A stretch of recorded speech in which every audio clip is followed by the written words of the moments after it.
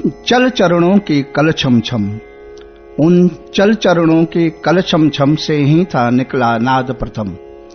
गति से मादक तालों का क्रम, निकली स्वर लय की लहर, जिसे जग ने सुख की भाषा मानी, वह पग ध्वनि मेरी पहचानी, वह पग ध्वनि मेरी पहचानी। जी हाँ दोस्तों, मैं जिस पग ध्वनि की बात कर रहा हूँ वह शहंशाह कथक पंडित बिरजू महाराज जी की है। मौसीकी यानी संगीत के लिए कहा जाता है कि जहाँ गायन, वादन और नृत्य इन तीनों कलाओं का मेल होता है वहीं संगीत होता है। और इस नजरिए से देखें तो महाराज जी, पंडित बिरजू महाराज जी संगीत के पूर्ण अवतार हैं। ये बहुत अच्छे गायक हैं, बहुत अच्छे वादक हैं और बहुत अच्छे नर्तक तो हैं ही, लेकिन यही बस नहीं होता है। ये बहुत ही अच्छे कवि और गीतकार हैं, चित्रकार हैं और चिंतक विचारक भी।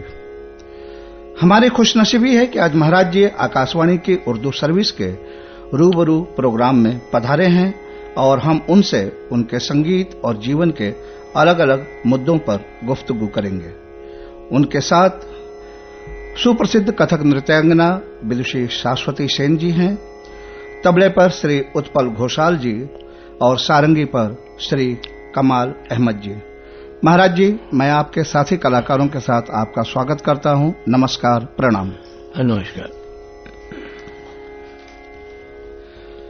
महाराज जी, शुरू से ही शुरू करते हैं। आप हमारे श्रोताओं के लिए थोड़ा अतीत की ओर जाके अपने बचपन के दिनों को याद करते हुए अपनी तालीम, अपनी परंपरा, उसके विषय में कुछ बताने की कृपा करें। जी, मुझे भी बड़ा अच्छा लग रहा है कि बहुत अरसे के बाद आकाशवाणी में आना हुआ है। हालांकि मैं बहुत रेगुलर यहाँ हर 1.5 महीने के बाद गाता ही था जी, ठुमरी, जाजरा, गजल सब गाता ही रहता था। पर आज आकर बड़ा अच्छा लग रहा है क्योंकि मुझे सब पुरानी यादें आ गई एकदम से। बचपना तो मेरा एक अच्छे ऐसे घर में बीता है जहां 7 पुश्तों से कथक नृत्य की सेवा हुई है। जी। मेरे बाबा महाराज बिंदादीन कालका महाराज और उसके पहले ठाकुर प्रसाद जी, दुर्गा प्रसाद जी, ये सारे लोगों ने कथक नृत्य को सजाया, संभाला और आगे बागडोर पकड़ा दी बच्चों को कि आगे देखो तुम लोग। तो ये आप समझो उस तालीम खाना लखनऊ, हम लोग लखनऊ के हैं ना जी, तो भाषा में उर्दू और हिंदी का बड़ा मिश्रण था। क्योंकि लखनऊ के जो सामने का घर था उसमें सामने मस्जिद है, इधर मेरा घर है, उधर पीछे मंदिर है, तो हम झाऊलाल का पुल वाला घर आपका। जी। और वहां ये मजेदार बात थी कि उनके जब कोई भी पर्व हो या कुछ हो या कोई भी हो तो हमारे बाबा कहते थे, भाई देखो आजकल इन दिनों मुहर्रम चल रहे हैं, घुंघरू ना बांधना, घुंघरू ना बांधना, वैसे तुम जानो रियाज कर लो, 15 दिन घुंघरू ना बांधना। तो ये हम लोग उनका ख्याल रखते थे। और वो लोग जब होली हो तो पूरे उनके हिदायत मियाँ की लॉन्ड्री में वो टंकी खुली हुई है और उसमें रंग भरा हुआ है और वो भी खेल रहे हैं, हम भी खेल रहे हैं। मतलब एक ऐसा लखनऊ का कल्चर रहा है कि मतलब कभी मन में कभी सोचा ही नहीं कि गंगा जमनी तहजीब आपके शुरू से। जी। और हमारे पिताजी उर्दू में खत लिखते थे, फारसी पढ़े हुए थे। आपके पिताजी पंडित अच्छन महाराज? अच्छन महाराज, हाँ। तो वो उर्दू पढ़े हुए थे, हिंदी पढ़े हुए थे और फारसी भी जानते थे, मतलब मरसिया वगैरह गाते थे हमारे पिताजी।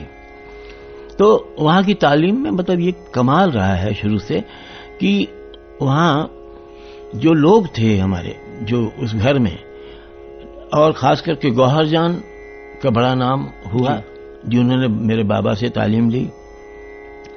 उसके अलावा ननुआ बछुआ करके भी थी जी, फिर जद्दन बाई जो थी नरगिस की अम्मा, वो भी थी। और उस ड्योढ़ी पे उस धूल, मतलब हम तो आज कहते हैं कि उसको धूल लगा लो माथे पर तो तुम्हें नाच समझ में आ जाएगा, इतना पवित्र स्थान हो गया है वो। उसमें तालीम खाने में हमारे बचपने में हमारा जन्म हुआ डफरिन हॉस्पिटल में, और उस वक्त वहां सारी लड़कियां पैदा हुई थी, मैं केवल एक माँ का लड़का हुआ जी। तो कल्लू भैया हमारे महल्ले के थे, उन्होंने आके कहने लगे, भाई ये गोपियां तमाम हुई हैं, एक ही लड़का पैदा हुआ है, तो ये ब्रिज मोहन है, ब्रिज का मोहन है, इसका नाम ब्रिजमोहन रख दो। मतलब नामकरण ऐसे पड़ गया। वैसे पूरा नाम ब्रिजमोहन नाथ मिश्रा तो है ही है जी, लेकिन घर में इतना लंबा नाम कोई लेगा क्यों? तो बिरजू बेटा, बिरजू भैया। और मेरे दोस्त लोग तो सीधे बोलते, अरे बिरजुआ क्या हो रहा है? तो ऐसे भी हमें पुकारा गया। तो ये बड़े प्यार से नाम पड़ा। और घर में तालीम खाने में बहुत से लोग आते थे, तब तरह तरह के, उसमें हिंदू भी आए, मुस्लिम भी आए, भांड लोग भी सीखे, तवाइफों ने भी सीखा, और तमाम लोगों को तालीम मिली। और हम बैठे बैठे खील बताशा खा रहे थे, जेब में रखे हुआ। 3 साल की उम्र मेरी, 2.5-3 साल की, लुढ़कते हुए पहुंच जाते थे तालीम खाने में। अब देखें तो वहां तबला बज रहा है, तो बाजा बज रहा है, तो बड़ा अच्छा लगता था मन को। तो बैठे बैठे अपना देख भी रहा हूं, और कुछ ऐसा लगे तो हम अम्मा के पास आवे जब कम वहां रसोई में, तो अम्मा से मैं कहूं कि मुझको भी आता है, तो मैं खड़े होकर कोशिश करता था। आता तो क्या था, गिर पड़ता था, फिर खड़ा हो जाता था। कह लगे जब बड़े हो जाना तब ठीक से नाचना, अभी तुम्हारे पैर मजबूत नहीं। वो कहते हैं महाराज जी ना कि मछली के बच्चे को तैरना नहीं सिखाया जाता है, तो वैसे आपको आ गया। जी। तो वहां पर आके मैं अम्मा को थोड़ा बहुत ऐसे दिखाता था।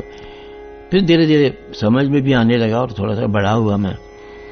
और चाचा जी की इतनी तमाम मतलब शागिर्दें उनकी नाच रही हैं। चाचा जी मतलब कौन से वाले? शंभू महाराज हैं, शंभू महाराज आपके छोटे चाचा। बड़े वाले तो बम्बई बहुत शुरू से चले गए थे, लुच्चू महाराज, और कलकत्ते से न्यू थिएटर से उन्होंने फिल्म्स में काम करना शुरू किया, डांस डायरेक्शन। उसके बाद फिर बम्बई चले आए। महाराज जी, आपके पिताजी का देहावसान बहुत कम उम्र में हो गया था, आप बहुत छोटे थे जी। उसके बाद आपने कैसे सरवाइव किया, कैसे अपने इस मुकाम पे जहां आपको शहंशाह कथक कहा जाता है, जी जी, वो यात्रा कैसे रही, थोड़ा सा मेरे बताएं। ख्याल से उसमें हमारे अम्मा का बड़ा भारी हाथ है। और अम्मा ने मुझे बहकने नहीं दिया, और ये कहा कि बेटा जो मिल रहा है खाओ, रोटी मिल रही, प्याज मिल रहा तो भी रियाज न छोड़ना, दाल भात मिल रहा, जो मिल रहा बस तुम अपना रियाज काम रखो। और खास करके बड़े मजेदार बात यह थी कि पिताजी ने एक बार कहा अम्मा से, तो अम्मा ने कहा इनको शागिर्द कर लो। तो कह लगे लड़का जब तक हमको नजराना नहीं देगा हम तो शागिर्द नहीं करेंगे। अपने पैसे की कमाई से, अपने पैसे की कमाई से। तो 25 रुपए कभी मिल जाए मुझे इनाम में, कभी 10 रुपए, जलसा होता था छोटा छोटा। तो जलसे में हमको मिल गया धीरे धीरे 25-50 करके 501 रुपए मिले। 500 इकट्ठा जब हो गया तो अम्मा कहती महाराज हमारे बाबू को, महाराज अब तो शागिर्द कर लो। तो क्या कह रहे हैं, मालूम है तुम्हारा लड़का बड़ा अमीर हो गया है। अच्छा जी। मतलब तुम्हारा लड़का, मतलब उनका लड़का नहीं। तो अम्मा ने कहा अब तो भाई बांध दो। तो गंडा बांधा मुझे, और गंडे की जो तरीके थे उसमें खास करके कच्चा चना और गुड़ रखा जाता था, और कलावा। कच्चे चने से ये समझा जाता था कि जो मजबूती आपके चबाने में, इन चने के चबाने में मेहनत जो लगेगी वो मेहनत करना है, और जब आप इतना मेहनत कर लेंगे तो गुड़ जो मिठास है तब आपको मिठास मिलेगी। ये उसका एक रूप है। उसके अलावा कई चीजें गुरु समझाते थे कि देखो बेटा अपने से छोटे को बढ़ावा देना, उससे जलना नहीं। जलन, लोभ, माया, इन तमाम चीजों से दूर रहना, इस शुरू से हमने सुना। और इसके अलावा तालीम जो भी मिली मुझे, चाचा जी से मिली, बाबू से मिली, लक्ष्मण महाराज के पास भी बम्बई जाता था, उनसे भी मिल जाती थी। वो कहते थे अब नौकरी छोड़ के चला है तो मैं तो खाऊंगा कैसे, अम्मा को कैसे खिलाऊंगा। एक चाल सीखने के लिए कह लगे नौकरी छोड़ के चला है, सोचिए था। जी जी। अच्छा, शुरू से बचपन से मुझे पतंग का शौक तो बुरी तरह। जी, मतलब मैं वही पूछने वाला था आपसे। तो बुरी तरह। तो पतंग से मेरी उंगलियां हरदम माजे से कटी हुई, धूप हो और एक आंख मेरी बंद और धूप में उड़ा रहा हूं। अम्मा क्या ऐसे ही आंख रह जाएगी तो नाचोगे कैसे। तो खैर पतंग का इतना शौक था कि कितनी दूर जा सकती है वो मेरे दिमाग में शुरू से रहता। कोई खिलौना खरीदना हो तो मिट्टी का नहीं खरीदूंगा क्योंकि गल जाएगा, टूट जाएगा। लोहे का कुछ खिलौना हो ताकि गले नहीं, सड़े नहीं और मेरे पास रहे। ये मेरी मजबूती मतलब दिमाग में शुरू से रही है। उसके अलावा मुझे कोई भी ऐसा खेल नहीं खेलने दिया जिसमें चोट लगे। तो दादी मेरी जिंदा थी, कालका महाराज की पत्नी जी। तो मैं 4 साल का, तो मैं ईंटा बांध के डोरे में डोर लूट रहा था जो पतंग करे। तो उन्होंने लौकी काट के ऊपर का डंठल बांध दिया, कहने लगे अब इससे खेलो ताकि तुम्हारे सिर पे चोट न लगे। क्या बात है। हमारी दादी। इस तरह से भगवान की कृपा से धीरे धीरे मैं बड़ा होता गया और तालीम मेरी बढ़ती गई। तो बचपन में तो मेरा बस यही, और मैं पढ़ाई में बड़ा मतलब 6ठी क्लास तक तो बिल्कुल अच्छा पढ़ा हूं। उसके बाद फिर जम पारा था, बाबू भी नहीं रहे। उसके बाद फिर बाबू नहीं रहे तो हमें नहीं समझ में आता था कि बाबू नहीं रहे। अम्मा का दुख देखकर मुझे खराब लगता था कि अम्मा तुम्हें मैं कभी भी भूखा नहीं रहने दूंगा चाहे मैं कुछ भी करूं। और अम्मा को यह विश्वास था कि मैंने तालीम पाई बाबू से। और बाबू ने एक बड़ी सी चीज हमें एक दिन सुनाया। तो कह लगे बेटा ये हमने एक गणेश परन थी तो सुनाया, कह लगे कि बेटा हमें तो 2 दिन लगे थे 3 दिन सीखने में। तो पढ़ने लगे तो आधा मैंने पढ़ा और उसके बाद थोड़ा सा लिखा। और दूसरे दिन शाम को मैंने बाबू से कहा बाबू मुझे आता है वो परन, मुझे आ गया। अरे कहन जा, मुझे तो 2-2, 3-3 दिन लग गए थे। तो उसके बाद अम्मा ने कहा अरे सुन लो बेटा कह रहा है तुम्हारा लड़का ही है। मैंने ताल देकर उनको सुना दिया और जैसे ही सुनाया तो कह लगे, हमारी अम्मा से कह रहे ये मेरा बाप पैदा हुआ है। इस तरह भाषा में उन्होंने कहा। और कह लगे तुम बीवी घबराओ नहीं, मैंने इसको जो सिखाना था मैं सिखा चुका हूं, अब ये अपने आप देखेगा आगे। महाराज जी वो गणेश परन हम भी सुन सकते हैं क्या? गणेश परन भाई बहुत ही, थोड़ा सुना दीजिए। हाँ उसका बीच का एक हिस्सा आता है जी, जिसमें गणेश की स्तुति जैसा है। जी। तत्थे जग जग दत्तरिता उठक जगन जग दत्त तुंगे अंगे कर कर जगदा तद्दादा किट तगदा दिन दिन ता दिक दिक तक तक्का तुंगा अरिदल मरदल बुद्ध विनायक बिड़कत अर लोगण प्रति गौतनक जय जय जय कतरि कुतम गंधव तगित तगरे किट आल भगत दिक दिक तक तक्का तु देव मन गत्तो दिक तक दिक तक जग जग जग जग जग जग जग जग जग जग जग ते अंगे कड़ कड़ दद्दा। ये परन इतनी लंबी परन और मैं सिर्फ 6 साल का। पखावज के बोल और साहित्य एकदम एक साथ गुथा हुआ है इसमें। भाई ये कहा गया था जी कि जब मंत्र है कुछ भी तो उस वक्त आप पैर नहीं चलाएंगे, केवल मुख से उसको पढ़ेंगे, पैर नहीं हिलना चाहिए। या राधा या कृष्णा कोई भी शब्द आए तो उसके ऊपर पांव नहीं चलाना बेटा, अभिनय कर सकते हो, अभिनय करने में कोई हर्ज नहीं। तो इस तरह से ये परन हमने उनको सुनाई और बड़े खुश हुए और बड़ा आशीर्वाद दिया। और अम्मा को दादी से ठुमरियों के बोल मिले थे, अम्मा को याद थे। और मोहम्मद जान भाई हमारे सारंगी नवाज थे, हमारे साथ लहरा बजाते थे, उनको 8-10 ठुमरियां याद थी। देखिए लखनऊ में एक तांगे वाले के साथ हम बैठे हुए, तांगे में वो गुनगुना रहा और धीरे धीरे तांगा चला। तो मैंने कहा ये क्या गा रहे हो तुम, क्या ठुमरी है? अरे क्या तुम्हें नहीं पता बेटा, यहाँ महाराज बिंदादीन थे, उनकी ठुमरी गुनगुना रहा हूं, तांगे वाला। जी जी। मैंने कहा तुम्हें मालूम मैं उनका पोता हूं है? उसने घोड़ा रोका, मुझे उतारा और बिस्किट खिलाया, चाय पिलाई और कह लगे बेटा बड़ा अच्छा लग रहा है। मैंने कहा अब जल्दी से ठुमरी लिखा दो मुझे बस। तो मैंने कौन सी बंदिश थी वो था कह करूं देखो गरी देते कनाई रे। हाँ मजा आ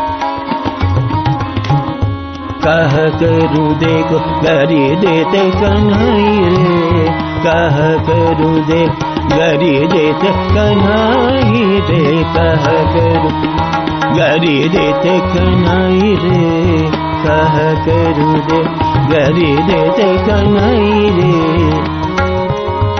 मैं तो लाखन बार समझाई, मैं तो लाखन बार समझाई, मैं तो लाखन बार समझाई रे, कहा करूं देखो करी दे दकनाई रे, कहा कर देखो करी दे दकनाई रे। उठान कितना कठिन है इसका, चौथी मात्रा से बहुत ऐसे उठान बहुत तो ये तो एक छोटी सी सुबरी बताई, लेकिन मेरे बाबा ने ठुमरियां लिखी 5000 ठुमरी, दादरा, भजन और एक आध उन्होंने ये तराना भी लिखा। मजेदार बात है, तराने तो बहुत नहीं याद मुझे, पर वो ग्रंथ जो थे बहुत से ढेर सारे, वो हमने देखा दीमक कीड़े ने हस्तलिखित वो 4 ग्रंथ को एकदम उसने भूसा बना दिया और गोमती नदी में उसको फेंका गया। ये बिल्कुल हमारे एकदम हमें याद अच्छी तरह। तो अम्मा कहने लगे देखो इन महाराज वगैरह ने किसी ने ध्यान नहीं दिया और वो सब दीमक सब खा गए। पर हमें इस बात का सिर्फ तसल्ली है कि अम्मा से बोल मिल गए, कि ममजान भाई से मिल गए, कभी हरिशंकर मिश्रा जी अपने बनारस वाले उन्होंने गा दिया। तो ये इनकी ठुमरियां लेके बंगाल से भान जी के पास मिला, बंगाल से लेके इधर अपने आपके दतिया बहुत सी जगह से हमें इनकी ठुमरियों की बोल मिल गया और बड़े मुश्किल से मेरे पास 250-300 तो मिल गई हैं जी। और बहुत ही खूबसूरत उनके अंदाज से एक बाबा का एक हमें कविता याद आ रहा है जी, अनिरुद्ध और उषा इन दोनों का प्रेम था। तो इतना सुंदर क्या अच्छा लिखा है, देखो स्वप्न उषा, देखो स्वप्न उषा, अनिरुद्ध रूप व्याकुल भैया। अनिरुद्ध रूप को देखे व्याकुल हो गए। देखो स्वप्न उषा, अनिरुद्ध रूप व्याकुल भई, उठ बैठी बोले नाही, प्रेम बाण लाग्यो है। क्या बात है। सकीनो क्या कि जंत्र मंत्र तंत्र कीन्ही, जंत्र मंत्र तंत्र कीन्ही, औषधि पिलाए दीन्ही, कीन्हो सब उपाय पर एको ना लाग्यो है। इतनी दवाएं पिला दी कुछ नहीं लग रहा है। लिखो चित्र रेखा, उनकी सहेली थी, लिखो चित्र रेखा, अनिरुद्ध रूप आगे धर लीन ही उर लगाए, उन्होंने सीने से लगा लिया, असुवन झर लाग्यो है। लिखो लिखो चित्र रेखा, अनिरुद्ध रूप आगे धर लीन ही उर लगाए, असुवन झर लाग्यो है। तो बिंदा कहत आपस में सहेली सब कहन लागी, बिंदा कहत आपस में सहेली सब कहन लागी, अरे भूत नाही लाग्यो, कृष्ण पूत पूत लाग्यो। क्या बात है, क्या बात है। क्योंकि अनिरुद्ध तो उनके पोते थे जी, प्रद्युम्न के बेटे। हाँ। इसको कवित कहा जाता है। ये कवित तोड़ा नहीं है। हमारे यहाँ टुकड़े के रूप में कवित को नहीं करा गया, कवित के रूप में जैसे पद्माकर रत्नाकर के कवित थे, उसमें सम के ऊपर घूम के माधव माधव कृष्णा ऐसा कुछ नहीं हुआ।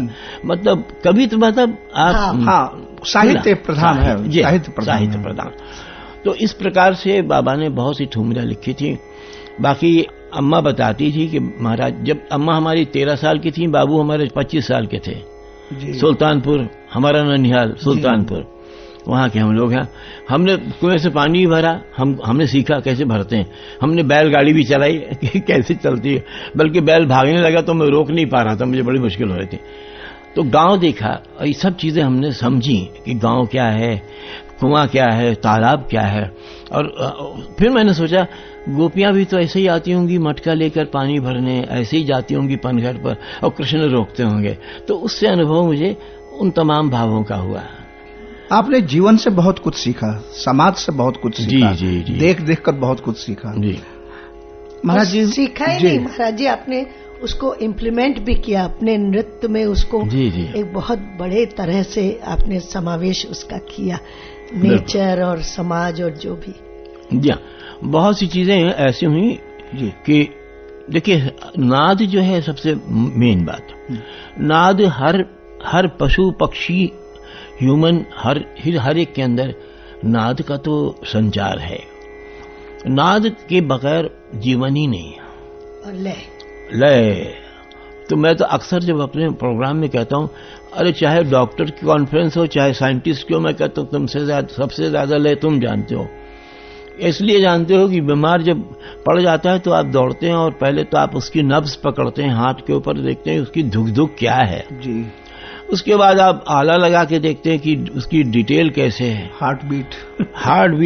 हार्ट बीट सबसे प्रथम लय अगर ईश्वर ने दी है जीव आत्मा को तो वो है हार्ट बीट जी। दिल।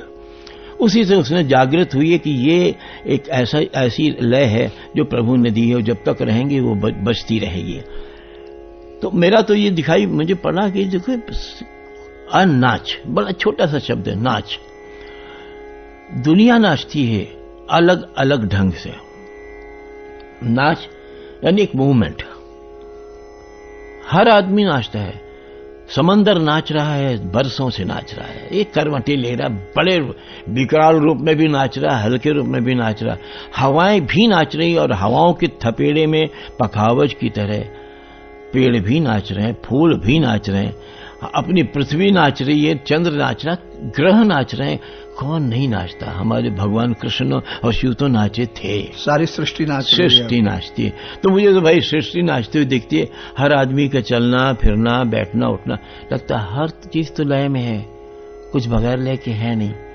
तो मैंने अब एक दो तिहाई आपको सुनाता हूं, वैसे सुनने में लगेगी क्योंकि देखने में भी आपको महसूस ज्यादा होगा। दा दा। अब एक चिड़िया अपने बच्चे को दाना दे रही है और उसको नंबर दिया मैंने, दिन दिन दा दा, दिन दिन दा धेदा के धेगे ना दा, दिन दिन 1 2 3 4 3 4 1 2 3 4 5 4 5 1 2 3 4 5 6 5 6 1 2 3 4 5 6 7 8 10 1 2 3 4 3 4 1 2 3 4 4 5 1 2 3 4 5 6 5 6 1 2 3 4 5 6 7 8 10 1 2 3 4 3 4 1 2 3 4 5 4 5 1 2 3 4 5 6 5 6 1 2 3 4 5 6 7 8 10। अब इसमें आपको दिखाई क्यों नहीं दिखाई पड़ता तो मजा आता। 1 2 3 4 ये चिड़ियों के पर जो हैं, 1 2 3 4 उसके पंखों का बा, 1 2 3 4 3 4 बच्चे जो हैं 4 5 4 5 मुंह खोल रहे हैं, चोंच खोल रहे हैं, चोंच 1 2 3 4 3 4 1 2 3 4 5 4 5 बच्चे दाना 1 2 3 4 5 6 5 6 उसने दाना दिया 1 2 3 4 5 6 7 8 दा उड़ के चली गई। अनेक जो प्रभु ने रिदम बनाया है मुझे तो हर जगह दिखता है। अब देखिए एक जवानी बुढ़ापा भी देखिए, बचपना जवानी बुढ़ापा, दाद दा, इसमें सिर्फ दादी दान ने पूरी जिंदगी दिखा दी। दिन दा दिन दा दिन दा गदा दिन दा, बचपना दति दा, जवानी दाते दान दा, बुढ़ापा दाते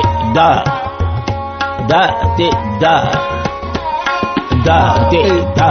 अब आप पूरी तैयारी सुनो। दिन दा त्रिगतेन्ना दति दान दाते दान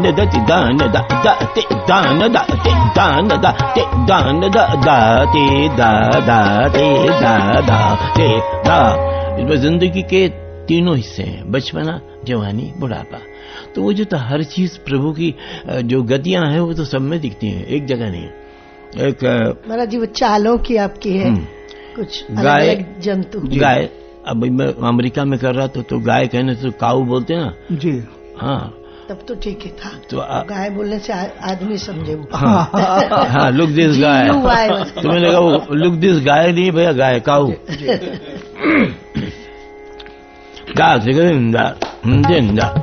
पहले गाय है, फिर हिरन है और उसके बाद शेर है। तीनों की गतियों को पकड़ा है और 5 6 7 उसका नंबर है।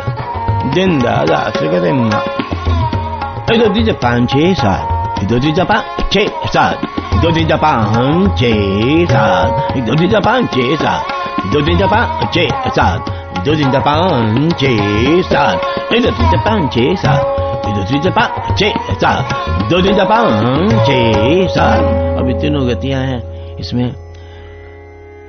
छोटी छोटी गिनतियों में महाराज जी आप कितनी बड़ी बड़ी बातें कह जाते हैं ना, सचमुच कमाल है। महाराज जी आपने नाच की बात शुरू की तो नाच पे ही थोड़ी बात करते हैं। लखनऊ घराने के प्रतिनिधि कलाकार हैं आप जी। इस घराने के विषय में कुछ बताएं, इसकी विशेषताएं, ये दूसरे घरानों से कैसे अलग है? जी जी। वैसे तो पहला घराना लखनऊ को ही माना जाता है। जी जी जी जी। ऐसा है कि हम लोगों के यहाँ पहली बात तो है कि भक्ति, आस्था, ध्यान। जी। अगर आपके मन में ईश्वर के प्रति आस्था नहीं है तो एकाग्रता नहीं बनती। एकाग्रता नहीं बनती तो आपके चेहरे पे जो एक नृत्य का आभास है देवताओं जैसा, वो आता नहीं है।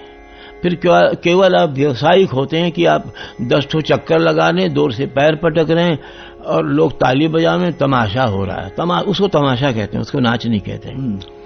हमारे यहाँ कहा गया परियों का नाच है।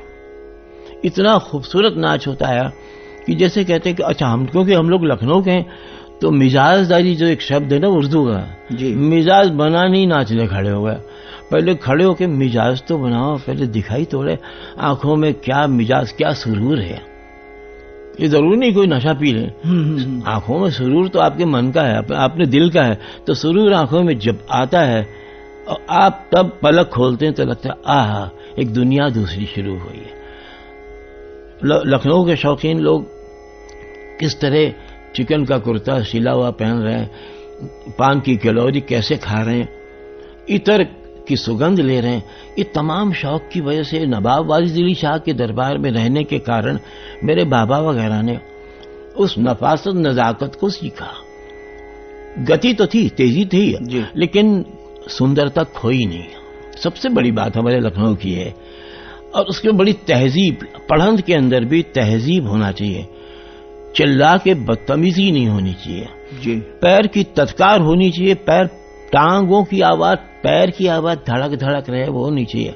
घुंघरू बोलनी चाहिए, पांव नहीं बोलना चाहिए।